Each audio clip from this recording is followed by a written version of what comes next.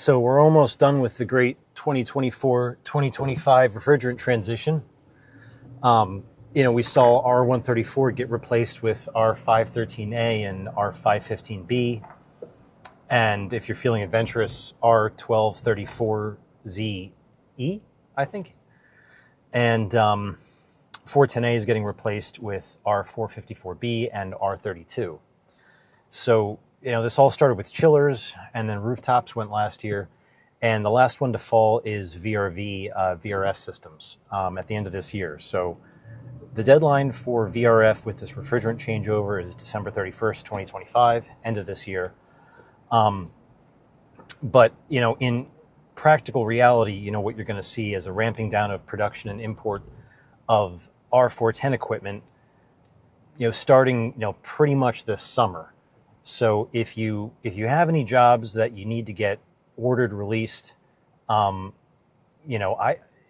order to ensure that you get what you need, all the components are there and available for you, you're going to want to get that stuff cut loose by probably the end of May. There's going to be continuing, availability of equipment in inventory that can be shipped through the end of the year. But as that inventory gets depleted, you're going to find more and more of these gaps in equipment availability. And, the replacement stuff for R32 is going to be available starting January, maybe February, depending on what it is. That is January, February 2026, so beginning of next year. So again, practically speaking, you're going to be seeing gaps in availability starting probably this summer, and those availability issues will probably get worse until we get to the end of the year. So, get those orders in, and, again, after May 31st, it's going to be anyone's guess as to whether you get 100% of what you need. And then the other piece to all this is the ongoing questions about code compliance, building design, and all those other things. With chillers and rooftops, it was pretty easy because they're self-contained items. But because of the nature of VRV, it's going everywhere in the building, which means that the code compliance is a little bit trickier. ASHRAE 15 is reducing the allowable system volume from, if you recall, ASHRAE 15 said that with R410 you were allowed 26 pounds of refrigerant for every 1,000 cubic feet.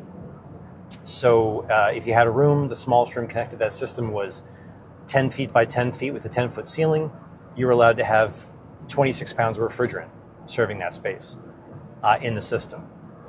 So with R32 and R454, because they're both A2L refrigerants, meaning they're slightly flammable, those limits are going way down. So it's going from 26 down to, I think it's 9.2 or 9.6 for R32, which is, that's a pretty crazy constraint. But the good news is that we're also going to have some new technology to deal with this in the form of safety shutoff valves.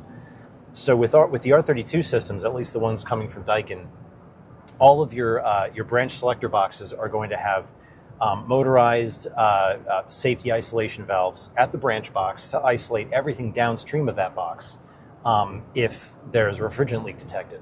So all the indoor units are going to have refrigerant leak detectors on them, and if one of those picks up a leak, it's going to shut the local valve at that branch box, which means you're only really considering the volume of refrigerant downstream of that valve, which helps a lot.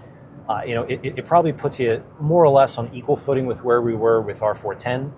And in some cases, you might even be better off because you can subdivide the system down at the branch box level to get what you need in terms of your maximum allowable releasable volume of refrigerant.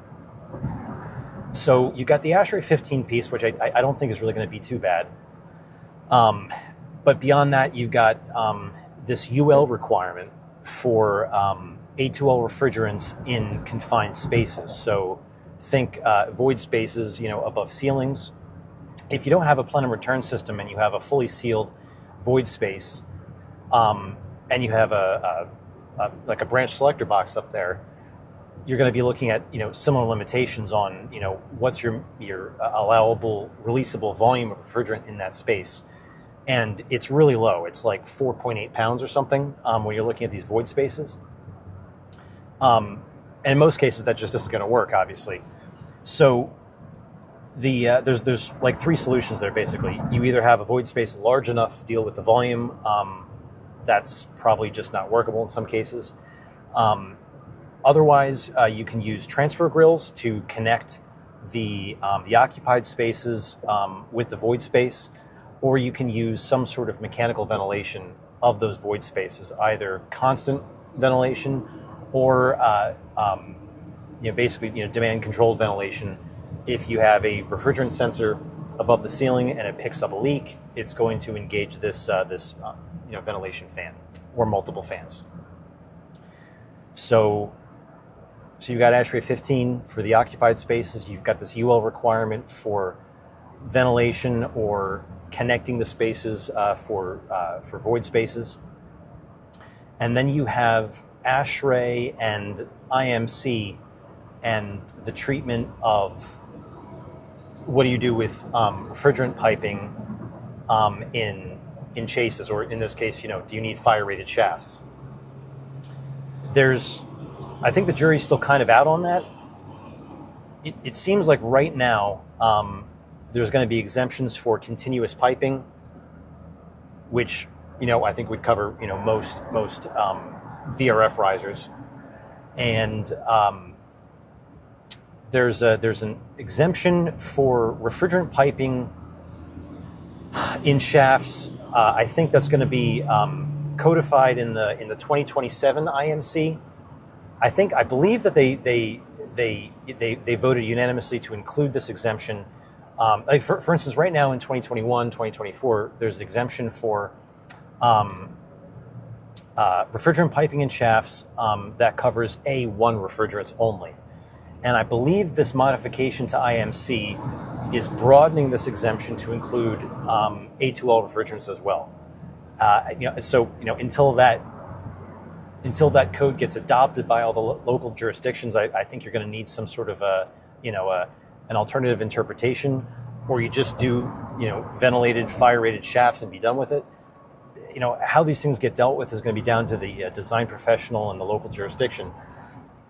But I say all this to say, it's something to be aware of. At the moment, things are still in flux. I know there's new interpretations and amendments and whatever coming out from ASHRAE and IMC, clarifying all these things. At the moment, it's still very much a live issue, and it feels like every week there's new information coming out about it. So do your research and make sure that, especially systems where if equipment availability is forcing you to change a system from R410 to R32 or R54B, 454B, make sure that, because you can change the equipment over relatively easily. Mechanically, there's not much difference. R32 is more efficient. It's got a better volumetric capacity, so you don't need as much refrigerant. Your pipe sizes might get a little smaller, things like that. But generally, you can swap in R32 equipment for R410. The issue is going to be, you've just designed the building around R410. What changes do you have to make outside of the equipment itself in order to be compliant? And that's my concern with the near certainty that some of these systems that were designed around 410 will get changed over to R32. And I want to make sure that everyone's covered in terms of the stuff outside of the equipment.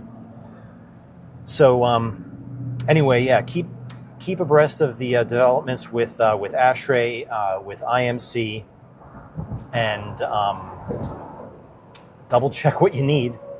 And if you can, if you got an existing R410 design, let's try to get that stuff cut loose before June hits. And yeah,